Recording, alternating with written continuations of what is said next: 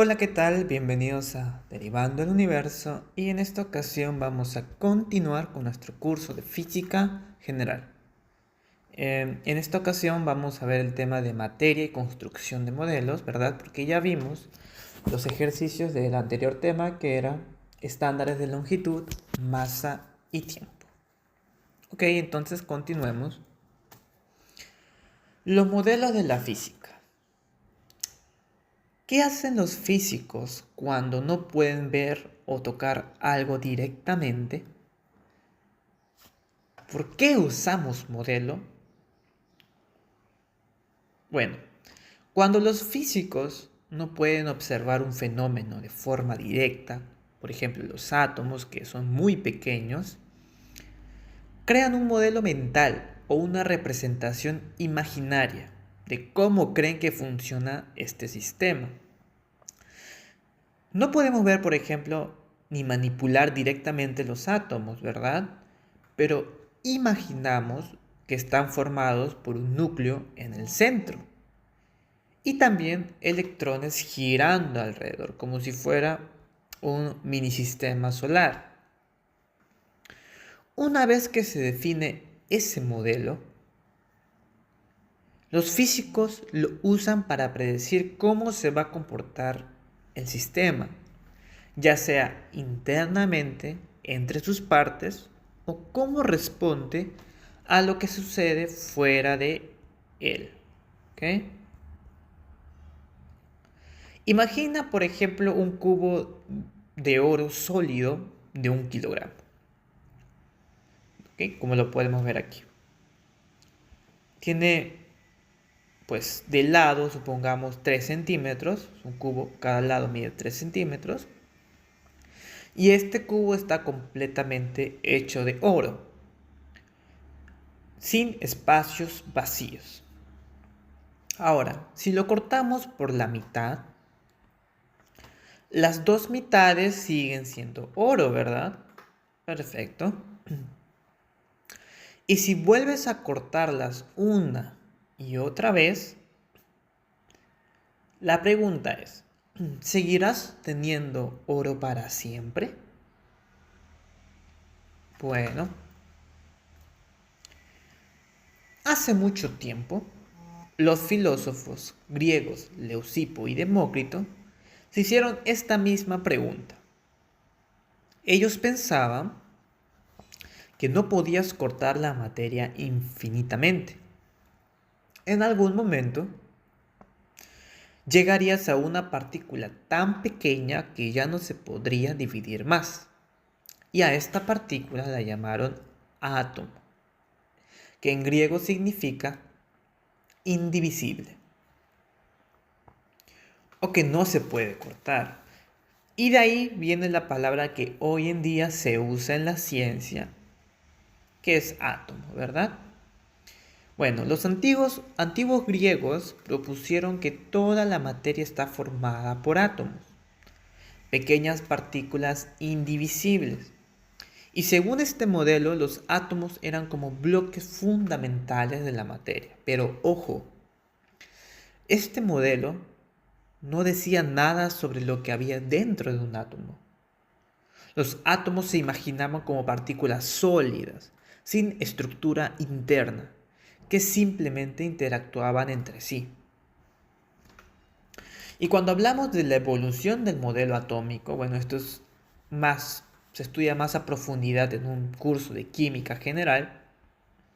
Simplemente vamos a repasar rápidamente.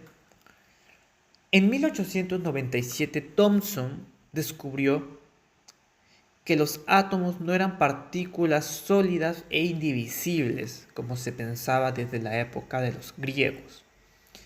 Identificó una partícula dentro del átomo, el electrón, que tenía carga negativa. Y esto fue el primer modelo atómico con estructura interna. Luego, en 1911, se descubrió que los átomos tienen un núcleo central. Los electrones giran alrededor del núcleo como si fueran planetas alrededor del Sol. Pero entonces surgió otra duda. ¿el núcleo también tenía partes? Y en el año 1930 se descubrió que el núcleo no es una sola partícula, sino que está formado por protones con carga positiva y neutrones que no tienen carga. Bueno, los protones definen qué elemento estamos hablando y los neutrones cómo afectan el peso del átomo, ¿no? Esos afectan el peso del átomo. Y estos descubrimientos revolucionaron nuestra comprensión de la materia. Repasando rápidamente, vemos aquí el número atómico, que es la cantidad de protones en el núcleo de un átomo. Por ejemplo, cuando hablamos de hidrógeno, el hidrógeno, según tabla periódica, su número atómico es 1, es decir, tiene un protón. El helio tiene 2 protones, entonces tiene como número atómico representado como Z, 2. El uranio, 92 protones, por lo tanto el Z es igual a 92. Mientras que el número de masa, diciendo una definición muy grosera, es la suma de protones y neutrones. ¿Ok? Y este sí puede variar, porque un mismo elemento puede tener distintos números de neutrones. Y a eso nosotros le llamamos isótopos, ¿verdad? Ok, isótopos.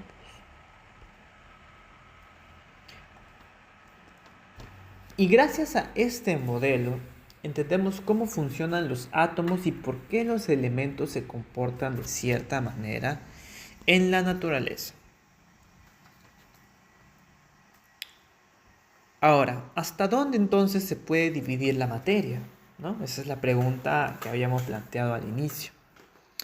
Aunque por mucho tiempo se pensó que protones y neutrones eran las partículas más pequeñas del núcleo, hoy sabemos que ellos también están formados por partículas aún más pequeñas. Y estas se llaman, seguro habrán escuchado su nombre, los quarks. Los quarks, ¿verdad? Entonces, ¿qué son los quarks?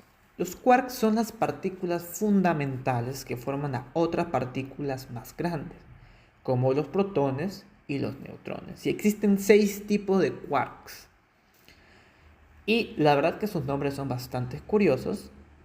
Y estos son: arriba, representado como U; abajo, como D; encanto, como C; extraño, como S; cima, como T; y fondo, como B. Los quarks arriba, encanto y cima tienen una carga de más 2/3 de la carga de un protón. 2/3 positivos, obviamente. Y los quarks abajo, extraño y fondo, tienen una carga de menos 1/3 de un protón. ¿Ok? Y así podemos ver que el protón está formado por 2 quarks arriba y un quark abajo. Así, ¿por qué? Porque miren, si nosotros sumamos esas cargas, sería 2 quarks arriba, los quarks arriba vale 2/3 más 2/3, ¿verdad? Porque tenemos 2. Y luego un quark abajo, que es menos 1/3. Por lo tanto, 2/3 más 2/3 es 4/3. Y 4/3 menos 1/3 es 3/3, que es decir, 1. Aquí está. Ese es. Mientras que el neutrón nos indica que está formado por 2 quarks abajo, es decir, menos 1/3, menos 1/3, y un quark arriba, más 2/3. Y aquí sabemos que menos 1/3 menos 1/3 es menos 2/3. Más 2/3, esto es igual a 0. Y aquí está. Y aunque parecen indivisibles los protones y neutrones, estos están hechos de quarks. que son las verdaderas partículas fundamentales. Bueno, esto todavía es relativo, ¿verdad? Porque actualmente hay teorías mucho más modernas que indican que inclusive los quarks están formados por más partículas pequeñas, entre comillas partículas. Están apareciendo teorías como la teoría de cuerdas y así, ¿no? Entonces, pero a nivel académico por el momento, y conforme a este libro, diríamos que por lo pronto los quarks podrían ser las partículas fundamentales. Perfecto. Entonces, vamos al final. ¿Cómo se resuelven los problemas en física? Cuando estudies física, verás que no solo se trata de hacer cuentas, no solo se trata de aplicar fórmulas, no, sino entender el mundo a través de los modelos matemáticos. ¿Ok? Es muy importante aprender a construir modelos mentales para entender lo que está pasando. ¿Y qué significa construir un modelo? Es imaginar o representar de forma simplificada un sistema físico, es decir, las cosas que están involucradas en el problema. Por ejemplo, una pelota, una rampa, el aire, etc. Luego se analizan las partes del sistema, cómo interactúan entre ellas y cómo el sistema se relaciona con su entorno. Y con eso puedes predecir su comportamiento y resolver el problema matemáticamente. En este curso de Física General 1, y cuando llevemos también Física General 2, vamos a tratar de pensar como físicos, no como matemáticos. Hay una gran diferencia entre la matemática y la física. La física se ayuda o tiene como herramienta la matemática, pero no es matemática. La física no solo se trata de fórmulas, ¿ok? No solo se trata de fórmulas, sino que vamos a entender el sistema, el fenómeno físico, y a partir de ahí ya aplicaremos la respectiva fórmula, pero solo como una herramienta. Eso es lo más importante en este curso de física y en cualquier curso de física. ¿Ok? Bueno, no te olvides suscribirte a este canal, compartir si el video te está gustando, darle like. Y bueno, espero que te haya servido. El próximo video va a ser sobre un ejercicio de materia y construcción de modelos, y de ahí pasaremos al análisis dimensional. Bueno, cuídense, nos vemos.